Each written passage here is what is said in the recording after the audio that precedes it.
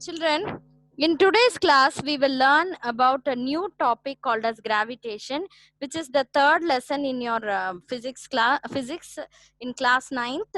So, we'll understand first the introduction of gravitation. What happens when we throw a ball? After reaching a certain height, it comes down automatically.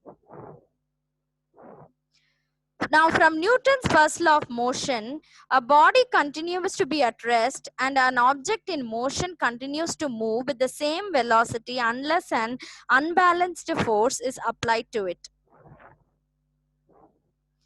So, the ball is initially at rest and would remain at rest if the boy does not move.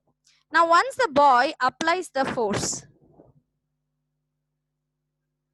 it moves upwards. And according to Newton's first law of motion, the ball would move indefinitely in the same direction unless an unbalanced force acts upon it. So if the ball comes down, the same force must be acting on the ball in the downward direction. Further notice that the velocity of the ball decreases every second it covers a small distance. And the velocity of the ball increases every second as it comes down. That is, in every successive second, the ball covers a greater distance as it comes down. Hence, this downward force is acting continuously on the ball.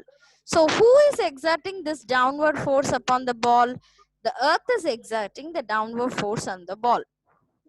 Not just the ball, the earth exerts a downward force on all the objects present on earth, and the force with which the earth attracts an object towards the center of the earth is known as gravity. So the downward pull is towards the center of the earth. Now there is a very interesting story behind the discovery of gravity. It is said that Sir Isaac Newton was sitting under a tree reading a book when an apple fell on his head. Now this made him wonder, why did this apple fall down? Why didn't it rise up, and what pulled the apple in the downward direction? Thinking about this, he was able to formulate this theory about gravity.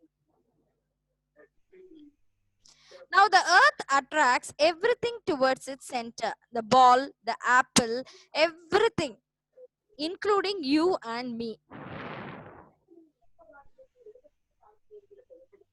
But does the earth also attract objects which are not present on the earth? For example, celestial bodies like moon.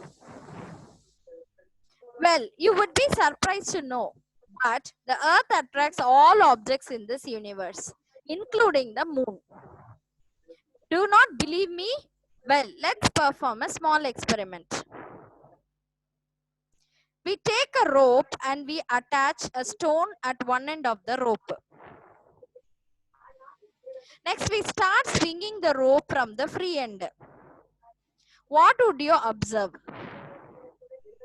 You would observe that the rope starts to rotate in a circular motion.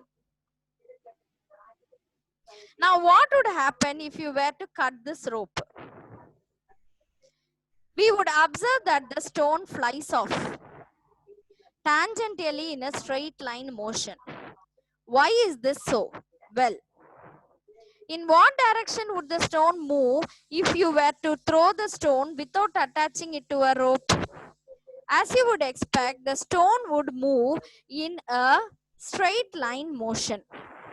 So why is it that when a stone is attached to a rope, it moves in a circular motion?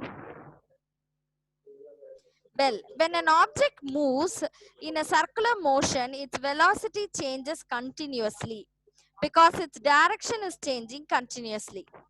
Now, from Newton's first law, we know that for change in velocity to take place, a force needs to be applied. So, what is exerting the force on the stone so that the velocity is changing every second?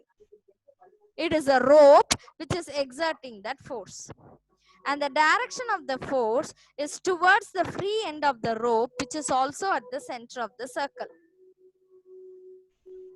So the stone rotates in a circular path because the rope pulls it towards the center of the circle, that is towards the free end of the rope, with the force known as centripetal force.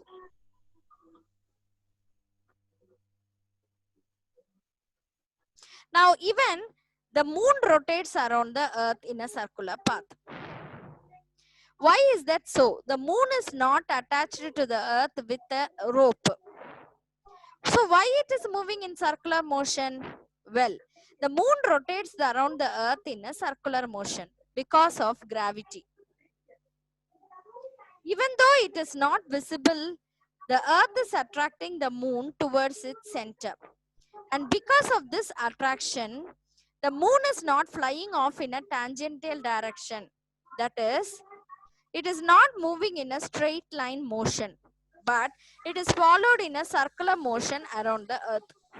And hence, earth attracts the moon as well.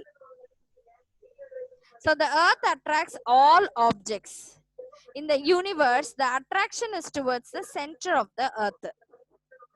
And the force with which the earth attracts an object towards the center is known as gravity.